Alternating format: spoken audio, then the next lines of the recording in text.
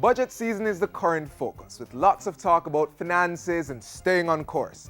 On Thursday, we learned that the government expects to spend $641.6 billion during the next fiscal year. Before that, the Governor General revealed the policies that would be guiding the government's expenditures and programs. And we have the details. Hi, I'm Theodore Henry, and this is Jamaica Magazine. Thanks for joining us. Coming up on issues, the economy and finding solutions to remain on a path of sustainability. Then later, the details of Flexi Work Week, what you need to know to properly clock those hours.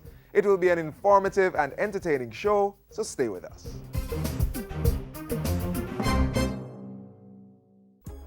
Parents, assist your children with their schoolwork. That means help. Don't do it for them. Every assignment, such as school-based assessments, SBAs, should be written and researched by the students. Doing the assignment is not helping your child, but rather teaching him or her to take shortcuts and even being dishonest. SBAs are expected to be developmental. They are aligned to the syllabus, and it is really to assist the students in developing those fundamental concepts for them to do well in the examination itself. Doing your child's assignment is a breach of the educational regulations, which carry severe sanctions. Be of help. Don't be dishonest. The new financial year begins April 1, but last Thursday was the tabling of the estimates of expenditure, the blueprint for how government will spend its limited resources to operate the country up to March 2016. To break it down, providing clarity on the new budget cycle and how it all fits into the economic reform program, Issues has the answers.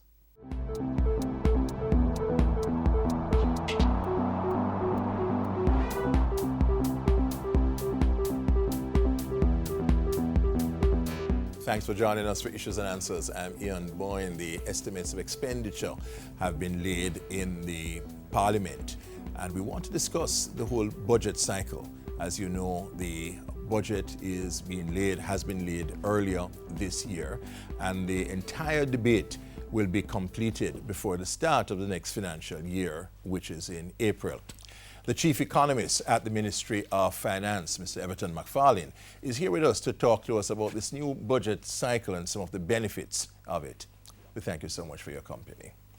Mr. McFarlane, good to have you on Issues and Answers. We want to explore first this new budget cycle. What are the benefits of it? Well, let me start by just recapping briefly what the cycle is. Yes. The budget cycle begins. Well, the budget cycle is or the timetable for the budget is a framework which establishes the main activities that have to be undertaken in the process of budget preparation and approval. Mm-hmm. There are several steps. We can think of it, the budget preparation process, as actually starting with a mid-year review of the budget for a particular year. And that mid-year review is contained in a document that's called a fiscal policy paper, which is to be tabled no later than September 30 of each year. Oh, or 30. Well, I should say, no, let me be more precise, within 6 months of the passage of the previous budget. Okay, 6 right? months after. Right.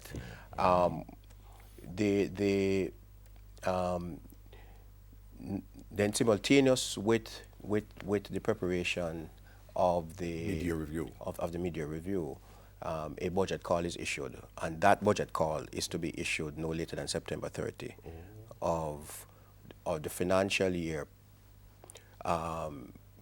prior to the year for which the budget call. So the budget call means now that people start preparing for the next budget year? Yes, the budget call is a statement of the the expenditure ceiling that the government intends to operate under for the next year, and it provides specific limits and ceilings for each ministry, department, and agency, which provides a guide for them to prepare their own budget. So the budget call is issued from the Ministry of Finance. It's issued from the Ministry. To the ministries, departments, and agencies. Right.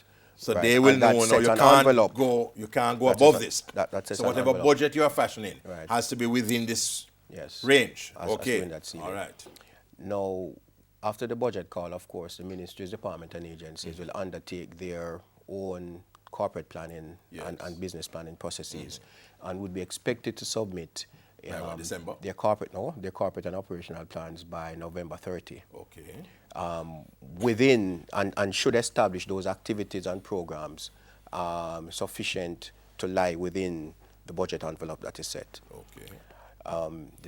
The next stage, obviously, after the submission of these plans is, there is a lot of discussion and back and forth. Yeah.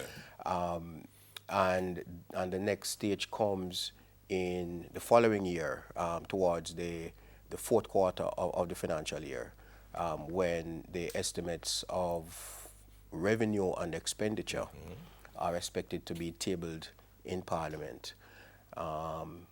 And that should be done with sufficient time to allow debate to take place and for the budget to be approved before March 31st of any. So this year is the of any first year. year Yes. that both the estimates of expenditure and the revenue Estimates of revenue will be tabled simultaneously. Will be tabled simultaneously. Yeah. And what's the significance of that? Because the public doesn't see what's the point of that. Well, its significance. the significance of the new budget cycle is not just in terms of the tabling of the expenditure and revenue estimates together. It starts from the entire sequence of activities in terms of how the budget is prepared. The fact that there is a lot more opportunity for decisions to be taken regarding shaping the activities of ministries, the department, and agencies in line with government priorities in a much more structured way, or certainly deepens that process than what existed before. At the end of the process, when the estimates of revenue and expenditure are tabled, there is more information that's available regarding how your money will be spent, but also what are the sources, how will that be financed. The idea is that it allows for, a higher level of debate within the Parliament, but it would also allow for more civic engagement around the budget process, for persons to be asking, more questions about the complete budget, as opposed to, a partial view of what the budget is. So it's really part of strengthening public financial management, and it strengthens it by providing more and better information, but it also strengthens it Democratic governance by allowing more opportunity and a longer time for that kind of democratic debate and participation to take place. And it's just one, I should add, it's just one of a menu of initiatives that over time I think the government would intend to seek to deepen civic engagement around. We'll take a break at this point, but when we come back, we want to look at what the revenue expenditure actually reveals and the areas of priority in this budget. We're discussing the 2015-2016 budget with the chief economist at the Ministry of Finance, Mr. Everton McFarlane. We take a break, but we'll be right back.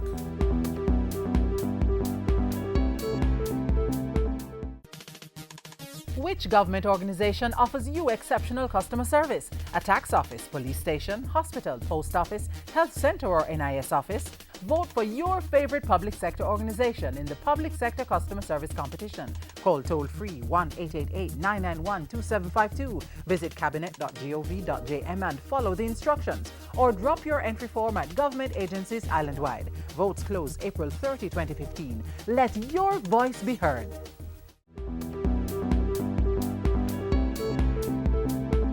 Chief Economist at the Ministry of Finance, Everton McFarlane, talks about the budget and what the the estimates of revenue expenditure reveals is that the levels of expenditure for the social sector generally, and in particular health, have been increased, and that the capital side is also strong. So we have simultaneously the capital side being strong, while the social sector is also strong. Usually it's one or the other.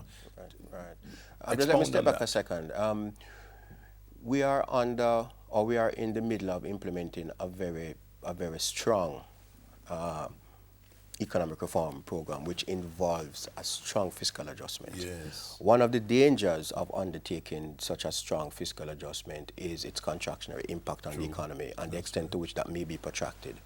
And so there has to be a recognition that it's not just about reducing the size of the budget, but if you are to ameliorate the contractionary impact of this adjustment, you have to pay attention to the quality of the adjustment, and in particular, how expenditures are structured. So against that background, typically a growth supporting budget or a growth supporting fiscal adjustment would tend to, over time, want to allocate relatively more resources to productive government expenditure. And I use the term productive in the sense that the layman normally uses it, you know, not in a pejorative sense. So for instance, you would want to see over time a shift towards, or at least a maintenance of your capital expenditures, which are directly productive and which directly support private investment. You would also want to see a shift towards expenditures that have even greater impacts over the long term in terms of growth and development, and in particular expenditure to increase productivity and human and social capital. So it is within that context that the shift that you have highlighted is important to in fact highlight, and it's not a, you know, you won't see a 10 percentage point jump either way, but over time, if you look at the budgets from over the last several years, you will progressively see a reduction in the allocation and in the expenditure and interest payments, for instance, so as a percentage of GDP, not in nominal, not necessarily nominal terms. So because the government is managing its debt, more money is available for social expenditure and for productive investments. That's a key point. And so what you have, as you examine the budget, and I would encourage our readers to do so, is to look at that shift. What you will see is a shift in the proportion of interest payments as a ratio to GDP. You will see also a decline in the share of wages and salaries as a share of GDP. Let me emphasize that one, as a share of GDP. But correspondingly, the space that is freed up, what you'll also see is an increase in the share of programs. And we have to understand programs directly impact the quality of public service delivery. These are the expenditures that go to, ensure that, that your hospitals have the drugs that they need, that the education system gets the kind of, resources and finance outside of just paying teachers. And so when you look at the budget, what you will see is an effort being made to ensure that the quality of the fiscal adjustment is as supportive of growth as is permitted, within the general constraints of the debt. So we are paying relatively less for debt servicing and try to allocate relatively more towards those areas that are... So the persistent calls that we have heard from civil society and from the business sector for a growth strategy and for more attention to growth, you think has begun to be addressed by this budget? Well, actually, it has begun to be addressed before this budget. But it's particularly pronounced in this budget. Well, Can you see the shifts clearly? I want to emphasize it now because we're at a point in the program, I think, where we have passed 6 successive quarterly reviews under the extended fund facility agreement with the IMF program. On to your 7th. And perhaps there may be a sense of, well, why are we doing this? And the fact that, we have passed so many tests, but it's not affecting people's lives. And so it's an opportune time just to reflect on the fact that the adjustment that has occurred, as modest as it has been, given the resource constraints, has been to actually shift resources away from debt servicing and towards social sector and capital spending. And this budget demonstrates that. And this budget, I hope people will analyze it from that perspective. So in fact, when you look at the actual numbers, I think you will find that out of a total increase in a nominal increase in expenditure of the order of probably about 40 billion or thereabouts, about 13 or so billion of that is towards health. 13 billion toward health? Yeah, roughly. Out of the... Around about that. So a significant emphasis on health this year. On health. And significant expenditure also on security. Yes, in terms of accounting for the chunk of increase that has occurred. Yes. And importantly also, there are a range of social programs which the government has explicitly said it wants to protect. Yes. You have the PATH, you have school feeding program, you have some youth empowerment programs. There are a raft of them which have been specified in the budget from last year. Expenditure on those have been maintained and have in fact increased. From the budget last year approved about 18.1 billion for those programs. This year the budget will approve 22 billion roundabout, right? So when you look at it, it's not an austerity budget that is squeezing out social development. No, it is, certainly if we had more, we would spend more. Yes, but it's not squeezing out. But the intention is to, within the space that is created by this adjustment, that is painful. Yes. We want to be able to structure it in a way that has impact, not just in the short term, but these are areas that speak to long-term productivity, right? And speak to improving the quality of people's life, public service delivery, health service delivery, education, national security. Those are the things. Thank you so much, Everton McFarlane, Chief Economist at the Ministry of Finance, for explaining the budget process and the significance of the recently tabled estimates of expenditure and revenue. We thank you for your company on Issues and Answers. Next week we'll be back. Until then, Ian Bourne wishing you a pleasant day.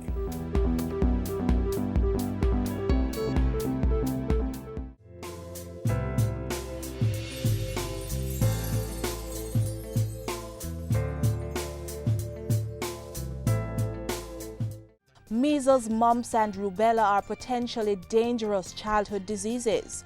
Parents, ensure your children get the MMR vaccine to protect them. The first shot should be given when children are between 12 and 15 months old, and another before they start school. Women of childbearing age should also ensure they get the MMR vaccine, as they could transmit dangerous conditions to their children if infected while pregnant. To know more, visit your nearest clinic or health center or contact the Ministry of Health. More houses for Jamaicans, improved education system, and better health care for all. A few of the priority areas for the upcoming legislative year. Governor General Sir Patrick Allen made the announcements during Thursday's throne speech. Watch this for more. Almost 400 housing solutions for sugar workers in Clarendon and St. Thomas. Department of School Services to be established, and groundbreaking pieces of legislation to be passed in Parliament. Just some of government's plans for the 2015-2016 fiscal year as it continues to partner with Jamaicans to increase growth and expand opportunities.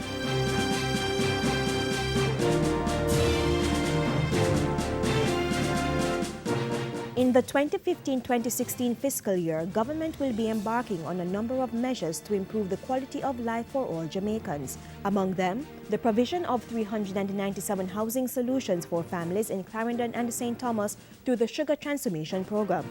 Along with 49 infrastructure projects in Clarendon, St. Thomas, Trelawney, St. Catherine, St. Elizabeth, and Westmoreland. 15,000 land titles will also be delivered to Jamaicans through the Land Administration and Management Program. Improving the quality of the education system will also continue to be a focus of government in the 2015-2016 fiscal year. To ensure that happens, a Department of School Services DSS is to be established. The DSS will coordinate activities and provide a stronger focus on school improvement and accountability. And to specifically strengthen the early childhood program, government will continue to convert under-resourced basic schools to infant departments in primary schools.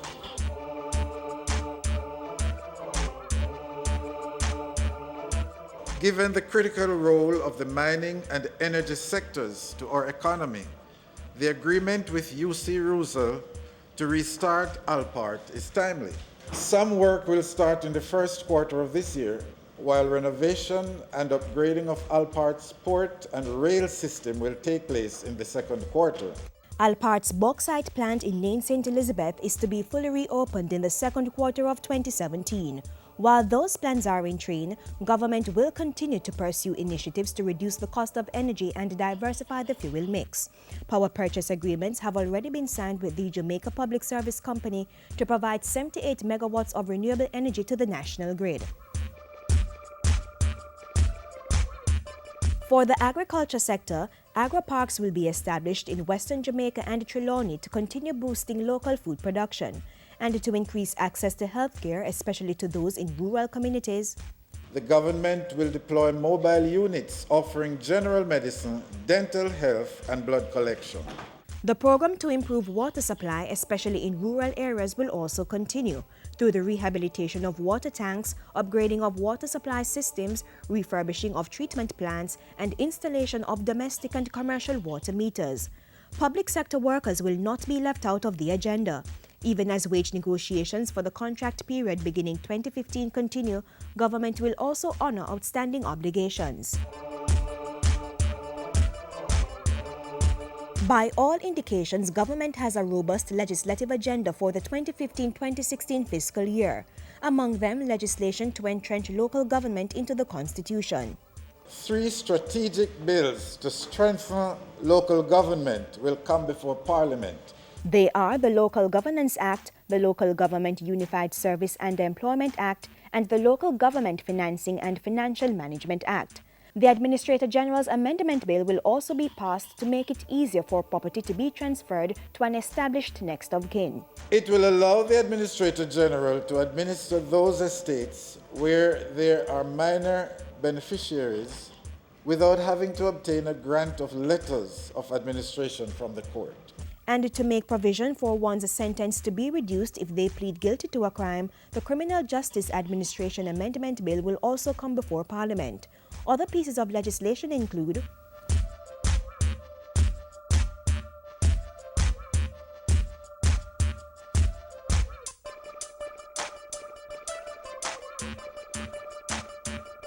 the Joint Select Committee of Parliament will also complete its review of the Integrity Commission Bill, which will pave the way for the establishment of a single anti-corruption agency.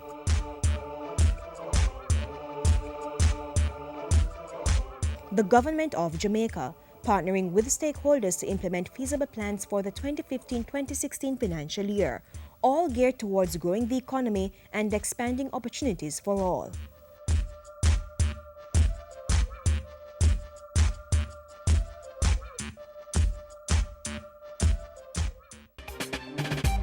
The Mapping Jamaica's Diaspora Project, building a database on the human, financial, and technological resources of Jamaicans abroad, helping government to connect with Jamaicans in the diaspora for mutual development. Jamaicans living overseas are encouraged to sign up now. Spread the word to family and friends abroad. To take the survey, visit mapjadiaspora.iom.int. Information shared will be kept strictly confidential. Let's work together for our mutual growth and prosperity.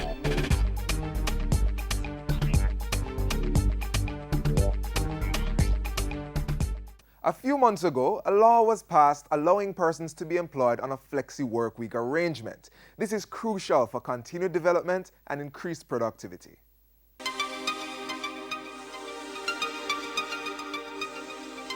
Flexi work is an alternate arrangement or schedule from the traditional Monday to Friday 9 to 5 working day or week.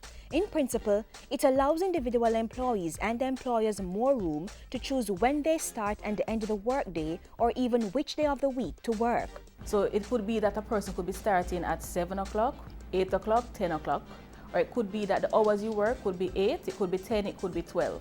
Days of the week would no longer have to be just Monday to Friday. You could choose. But does this mean that everyone will be on a flexi work system once the law is changed? Flexible work arrangement is not for everybody, and we must emphasize that. So it's not going to be that every company will implement flexible work arrangements. Every company has to assess whether this will work in my particular organization, having regard to what I actually do as a business.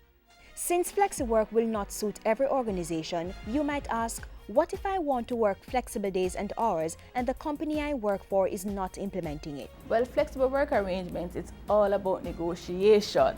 The employer cannot force the worker to implement flexi work and to work flexi hours. The worker cannot force the employer to implement flexi work.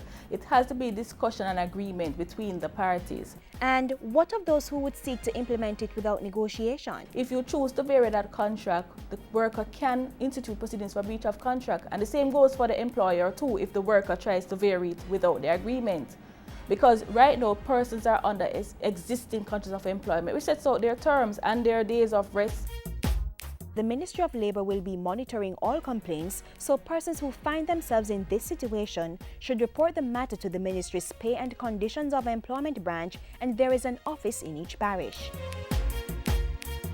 The amendments will specify that the work week should consist of 40 hours and that overtime is to be computed after the employee has completed 40 hours of work. That means for those opting for Flexi Week, overtime will not begin after an 8-hour workday, but only when you have worked beyond your 40-hour work week.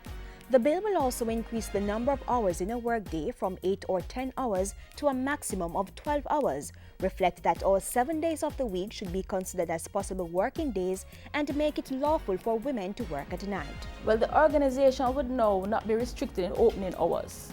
They'd have more freedom to choose the opening hours that would best suit their needs, so they can increase their productivity and also their profits. The individual will be able to more balance work life with family life, could choose the work arrangements which would best actually mesh with their family obligations, like picking up children.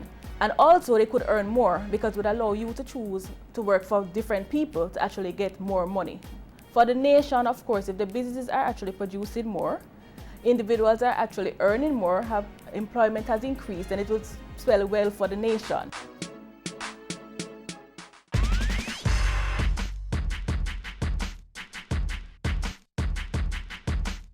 The Jamaica Cultural Development Commission is now accepting entries for the 2015 Jamaica Festival Song Competition. The competition will seek to select a song to drive the independence celebrations. The song should primarily capture the spirit and the essence of the festivities and be popular with the people. This year, there are over $1 million in cash and other prizes to be won. The deadline for entry is this Friday, February 27. For entry forms, go to jcdc.gov.jm or visit any one of the local JCDC parish offices.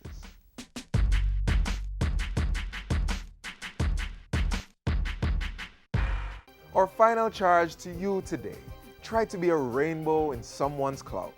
An inspirational quote from author Maya Angelou. The information continues to flow on our website, jis.gov.jm. You may also follow us on Twitter @JISNews. Our YouTube channel, Watch JIS, has loads of videos and interviews. We'll be back on your favorite TV station tomorrow. Until then, I'm Theodore Henry. On behalf of the hardworking team here at the JIS, have a wonderful Sunday.